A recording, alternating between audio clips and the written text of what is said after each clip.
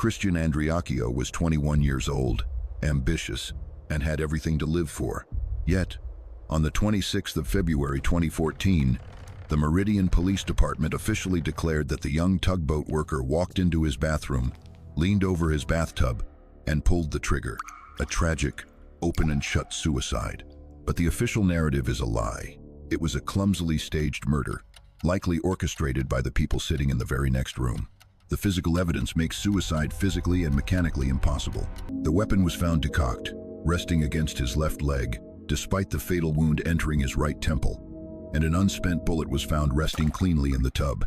Today, we are going to reconstruct the exact 45 minutes it took for a police department to erase a murder, expose the glaring forensic impossibilities left at the crime scene, and reveal why the justice system is utterly terrified of the truth. To understand the sheer absurdity of the official police narrative, you have to look at Christian's life in the days leading up to his death.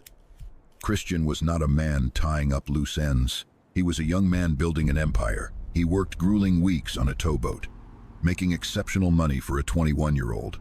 He had just purchased a BMW. He was planning for the future, and according to every single person who truly knew him, he was in high spirits.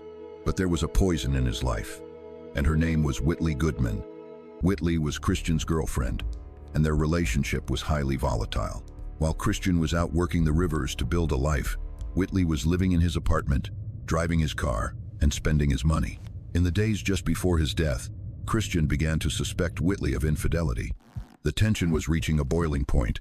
On the morning of February 26th, Christian abruptly left his towboat in Louisiana.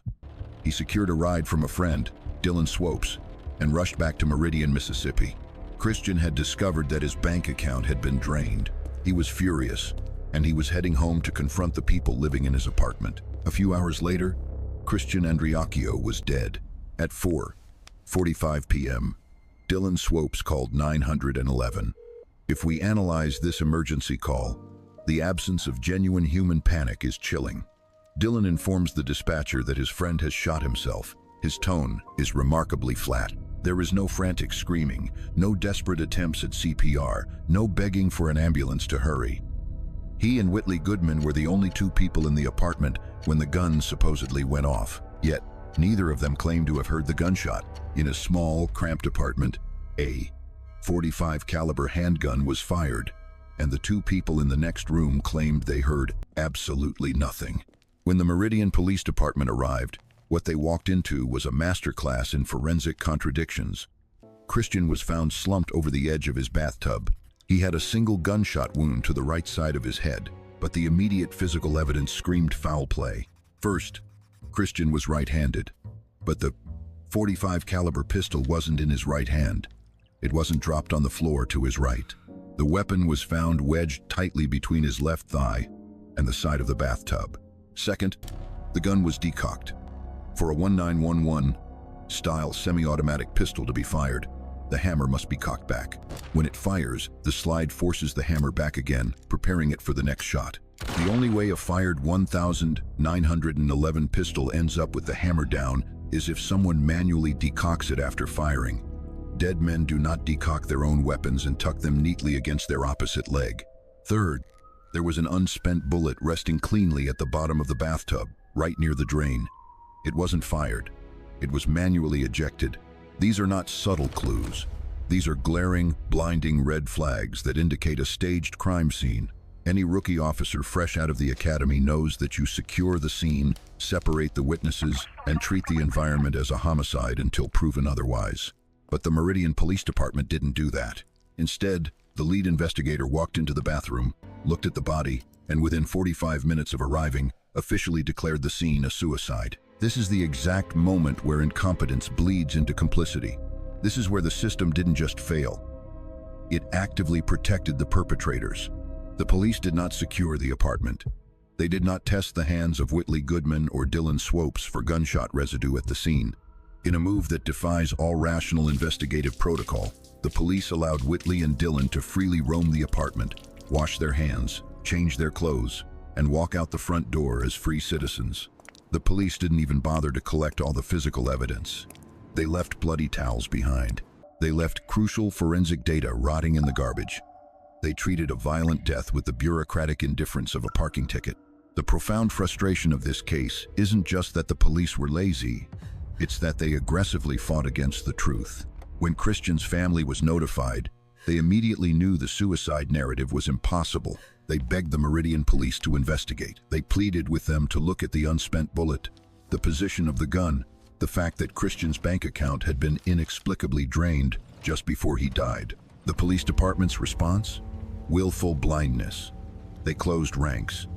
They refused to reopen the investigation.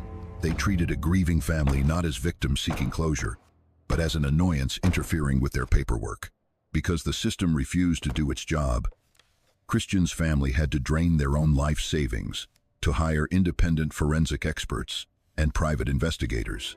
And what those experts found is enough to make anyone lose faith in the badge entirely. Independent blood spatter analysts reviewed the crime scene photos, the very same photos the police had. They found that the blood flow patterns on Christian's face defied gravity based on how his body was positioned in the tub. The blood had dried in a direction that proved his head was in an entirely different position when he was shot, and his body had been moved hours later.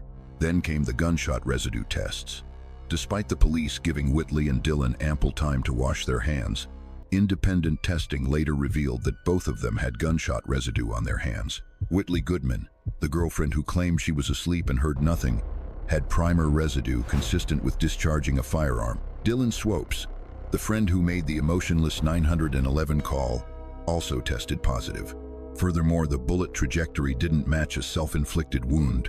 The entry wound was just above the right ear, but the bullet traveled at a downward angle, exiting the left side of his neck and striking the opposite wall.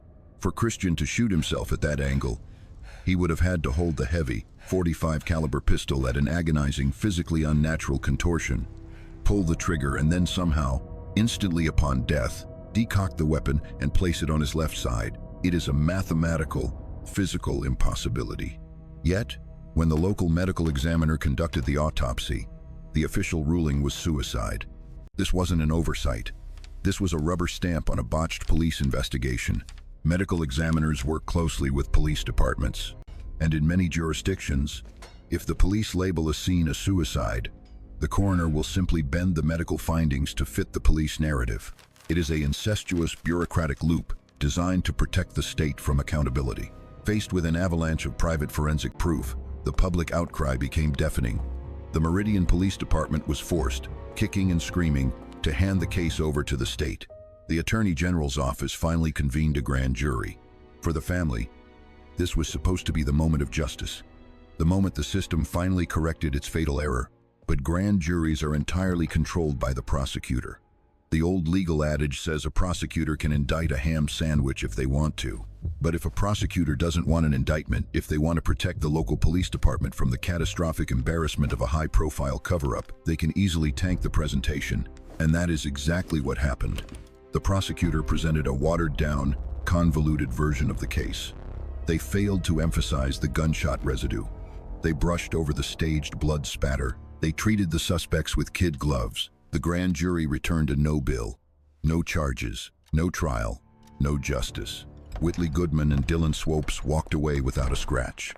The Meridian police officers who botched the scene kept their badges, their pensions, and their authority. Christian Andreacchio was murdered in his own home, and the people sworn to protect and serve acted as the cleaning crew for his killers. The justice system in Meridian didn't just fail to catch a murderer. They provided the murderers with a taxpayer-funded shield.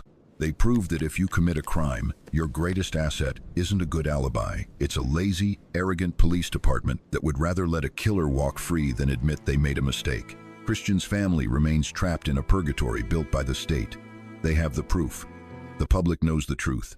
The killers are walking the streets, but the system has investigated itself and, unsurprisingly, found it did nothing wrong. It is a chilling reminder that the law is not a tool for objective truth. It is a mechanism used by the powerful to maintain order, even if that order is built on the blood of the innocent.